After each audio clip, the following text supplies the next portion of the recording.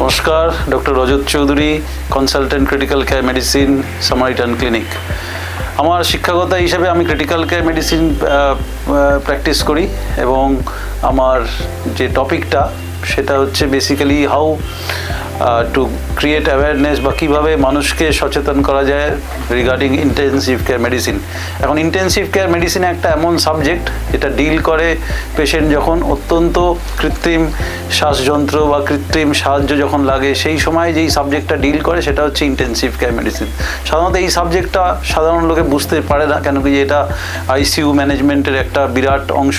তো এই যে চেঞ্জিং সিজন, এই যে আমাদের শীতকাল পড়ছে, তো এখানে আমরা বহু পেশেন্ট আমরা ইনফ্লুয়েঞ্জা নিয়ে পাচ্ছি, আমাদের চেস্ট ইনফেকশন, শ্বাসকষ্ট, এইসব রোগে বহু পেশেন্টেরই নানানভাবে ভেন্টিলেটরি সাপোর্ট লাগে।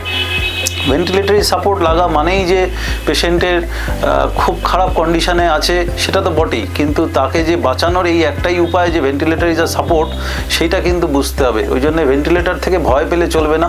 ভেন্টিলেটর দেওয়া হয়, এটা সাপোর্ট, তার সাথে যখন আমরা বেসিক ওষুধপত্র দিয়ে তাকে 6-7 দিন চিকিৎসা করার পরে অনেক সময় এই সাপোর্টটা আমরা আস্তে আস্তেই বহু ক্ষেত্রেই আমরা বার করে দিই।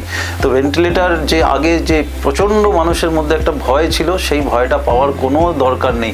ভেন্টিলেটর দেওয়াটা প্রয়োজনীয়, কেন কি যে এই যে ওষুধগুলো কাজ করতে সময় নেয়, এই 6-7 দিন যে ওষুধগুলো কাজ করবে সেই তার মধ্যে ভেন্টিলেটরটা সাপোর্ট দিয়ে we by time, so that যাতে এই ওষুধগুলো কাজ করে।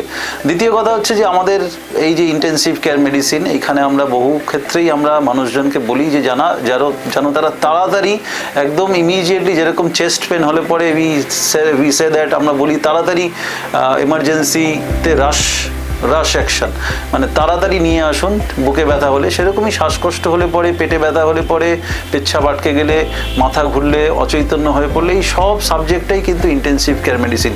এবং এটার মূল জায়গা হচ্ছে you have to anticipate and খুব তাড়াতাড়ি সময়ের মধ্যে যদি হাসপাতালের মধ্যে আসেন, তাহলে আমাদের এই ইন্টেন্সিভ কেয়ার মেডিসিন যদি খুব দ্রুতভাবে সাপোর্টটা দিতে পারে, তাহলে পেশেন্টের আউটকাম ডেফিনেটলি অনেক গুণ ভালো।